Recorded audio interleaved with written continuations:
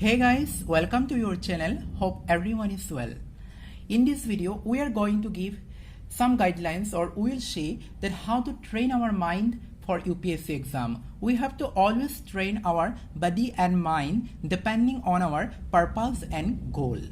If you want to make six-pack app, then you have to train that particular muscle for that purpose. In that way, if you want to succeed in UPSC exam, then you have to train your mind for that purpose. Then what is the first step of preparing for UPSC or training your mindset for UPSC exam? Is that way of thinking. The way you are thinking, you have to change that mindset, because till now your thinking process is mostly influenced by your college and university exams or your some day-to-day behaviors which are not acceptable to UPSC. So how to change your mindset for UPSC exam?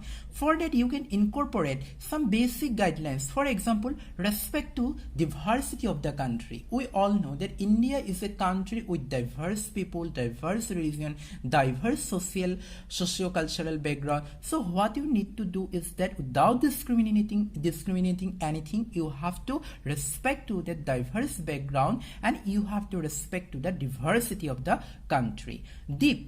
Deep means what? When you have found a problem, then go deep into the problem. Try to find out the solutions. Try to find out the causes after deep analytical study of the problem. Because as an administrator, you cannot take decisions merely on the basis of limited factors or limited resources.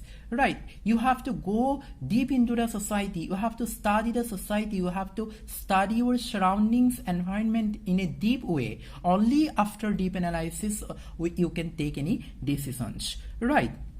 And the originality means what? You have not to blindly copy any others' advices, any other guidelines. Right. You have to think in an original way.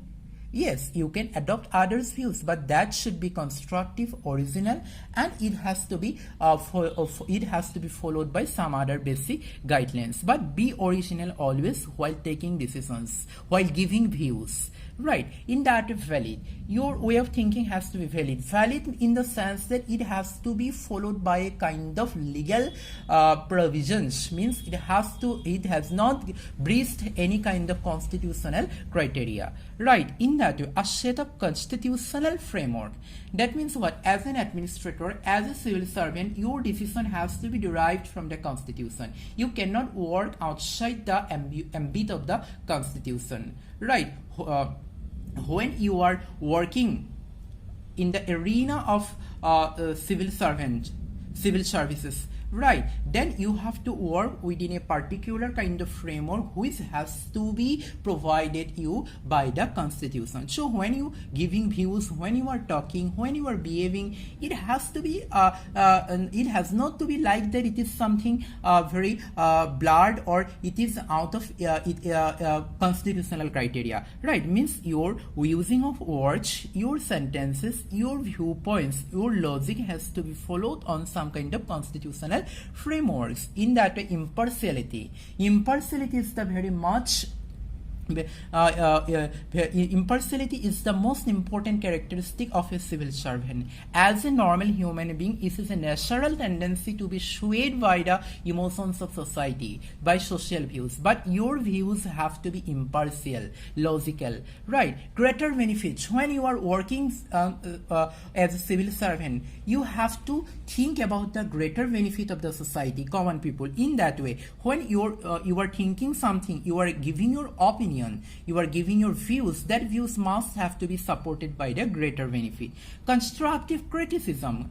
You have to criticize someone. Sometimes you might get angry, but angry does not mean that you will use abusive words, you will throw any kind of words. Right. Constructive criticism means when you are writing answers, when you are giving opinion, when you are giving views, despite the topic a very critical one, a controversial one, despite you have your grudge against something, but as a civil servant, following the impartial characteristic, you have to be very careful in using or throwing words. You have to use some kind of chosen words only here. Right. Debate and analysis. You have to take decision, or you have to you have to always pursue people to debate and analyze. Your views and your solution must have to be based on deep debate and analysis. It has not to be only shallow basis.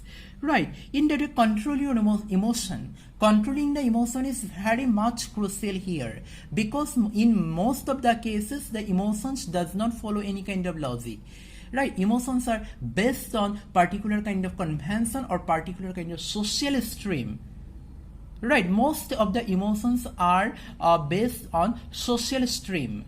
But what you have to do is that eliminate that social stream of emotion, rather than your emotion has to be very inherent, logical, and has to be followed by some other basic and legal guidelines. So when you are preparing for UPSC, when you are trying to train your mind, right, when you train your mind, when you incorporate these changes in your everyday behavior, in your day-to-day behavior, then only it will be reflected in your answers. So changing your mindset, or doing work under a kind of constitutional framework, incorporating impartiality, thinking about the greater benefit, constructive criticism, debate and analysis, and controlling the emotions are some of the very most crucial and important characteristics of training your mind for the UPSC exam. These are the set of guidelines which you must have to follow, or which you have to incorporate in your day-to-day schedule for a successful UPSC aspirant, to be regarded as a successful UPSC aspirant, right? And on the other hand, here are some guidelines which you have to eliminate, or which you have to avoid as a UPSC aspirant, and these are divisive. Your views, opinion, your answers has not to be followed this divisive nature. Divisive nature means you have not to follow only some kind particular religion. You have not to follow only or respect only some particular social aspects. You have not to follow only some particular persons because you love them. Your views have to be inclusive, respecting the diversity of the country, respecting the diverse social base of the country, right? So eliminate if you are your views or if your opinions are based on divisive till now, then you must have to eliminate this characteristic from your life now onwards. Intolerance, you all know what is intolerance. So as soon as you entered in this arena of UPSC exam, you must have to be tolerant to all people, to all social customs. Here, all social customs means I'm not telling about the irrational or illogical one, right? But imparting tolerance is a very much necessary for a civil servant. So divisive, intolerance, characters, nature you have to eliminate from your daily life. In that way, orthodoxy, nepotism, you have to avoid these characteristics. So divisive, intolerance, orthodoxy, nepotism, and personify. Personify means what? You cannot personify anyone. Means you cannot you cannot take any decision in relation to person. If you do not like any person, then you cannot say that that person is bad. Or if that person is not your favorite, or if that person has done something bad to some person in earlier times, then you cannot take an inclusive decision that that person is bad. Or you cannot take a personified decision. Means if a particular person has done anything wrong from a particular community, then you cannot personify the whole community with that person. Right, in that way, do not be a facade, be original. Do not be a facade, be original. Here, the most important thing is that nowadays there are thousands of YouTube channels who are releasing Hindu analysis day by day. What I am talking to you, that be original. You need not to follow some others' opinion in a particular incident. If there is some particular issue, you have not to follow others' opinion, what others say. Yes, you can borrow ideas from others. You can borrow ideas from newspaper, from others. But what you need to do is that you have to give your own opinion. You have to give your own expression always, rather than blindly following others. So be original. So you have here you have seen that what are the do's and what are the do nots. You have to change your way of thinking. You have to work within a constitutional framework. You have to be impartial. You have to work for the greater benefits. You have to use constructive criticism. Debate and analysis is very much important. You have to know how to control your emotions. And what you have not to do is that you have to eliminate divisive nature, intolerance, orthodoxy, nepotism, personification, and you have to be original. You have not to be a facade. And I know that sometimes it becomes very difficult for us to eliminate ourselves extremely from the society or some kind of very popular social conventions or popular social emotions. Emotions are such that it often influence us. But if you want to be a successful civil servant, that you must have to be very aptly eliminated from the popular social emotions.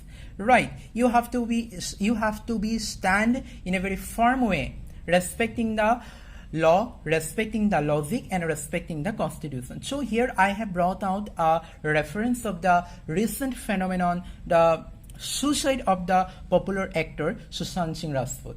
Then as a civil servant, you must not have to mention this name, right? But here for a particular kind of reference or for understanding purpose, I have brought this name. But in any video of UPSC exam, we have not to mention this particular name. Rather than we have to decide, we have to analyze and debate this topic as a whole without taking the name of any particular person. So the here whole picture is not that particular person. The whole picture is a kind of topic, and that topic is suicide.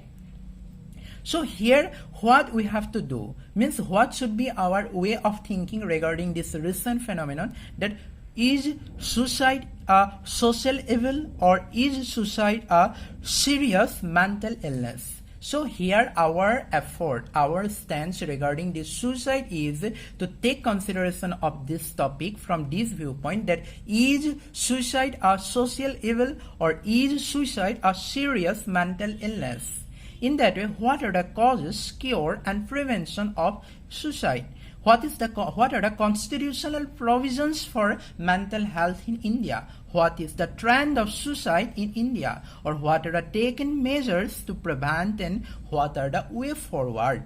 Right, and while analyzing this, we have not to take our views from any kind of YouTube channel, from any kind of particular newspaper, any kind of personality. Yes, we might take some base, but you have to mold it in your own way. So means your thought and your opinion matters here, rather than what newspaper or what popular media is saying. Right.